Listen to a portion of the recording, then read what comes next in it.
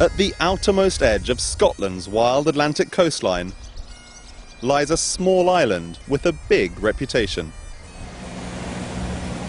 The Isle of Islay is called the Queen of the Hebrides for its natural beauty and can seem rather a peaceful little spot.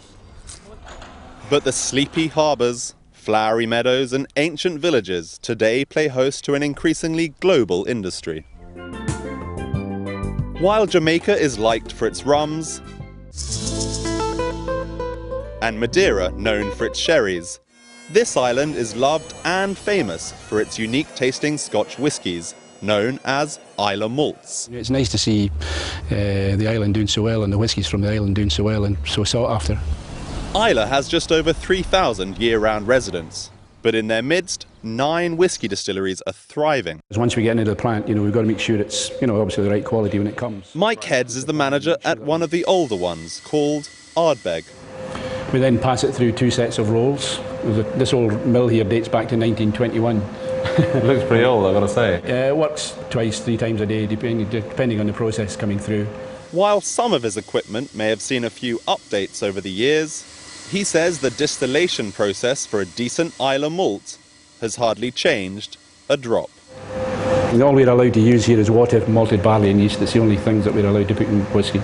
The yeast and water are mixed with the barley. This is where all the fermentation takes place. Then fermented for a couple of days in enormous casks, known as mash tuns. We work them with 23,500 litres in each wash butt. Before it's distilled in giant copper stills, and finally aged in wooden barrels.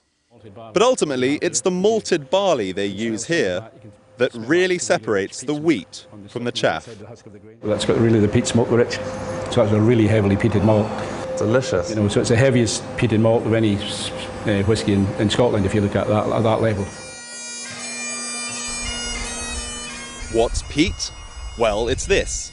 A boggy kind of soil that is traditionally dried and burned as a fuel in Scotland's Western Isles. Islay has peat in abundance, and peat smoke has long been used to malt or flavour the barley, creating its unique taste. They've been making whisky like this for centuries on Islay, which seems quite fitting since it's a truly ancient place, where for much of the year the sheep outnumber the people. Great to see you here, hope you enjoy your evening. But every summer, the Islay Festival attracts whisky devotees from around the world. Well, my wife calls the Islay Festival summer camp for adults. John Sorke is a Scotch lover from the American Midwest and has been drinking his favourite drams of Islay malt for years. This is my 12th festival in a row, and I absolutely love meeting the people, and it's wonderful to talk about new whiskies that are out on the market or what the distillery is offering and getting people's impressions, and it's the connection is what I really like. And that connection is a marketer's dream, with thousands of fans attending tastings and classes at the various distilleries. It's just like an unbelievable experience that I'll take back with me. What we're hoping to do today, we're hoping to get you actually into some of the stuff that makes kind of Laphroaig unique. John Campbell knows all about creating these kinds of branding experiences. He's the master distiller at Laphroaig, perhaps Islay's most famous export. What it does, it gives us a nice salty influence. After he'd given a handful of guided tours to connoisseurs, he offered me a few wee drams of my own during a tasting. The next one now, this is quarter cask Laphroaig. This is the fastest growing brand in the range. Why do you think whiskies from here on Islay are becoming so popular around the world? Depth of flavour. Just as I mentioned, the real thing about Islay whiskies is it's every time you go to one you find a new flavour.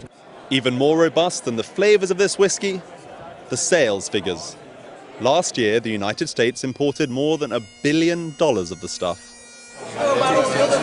But fans of the festival might argue that once they're back home, it's never quite as much fun to drink it.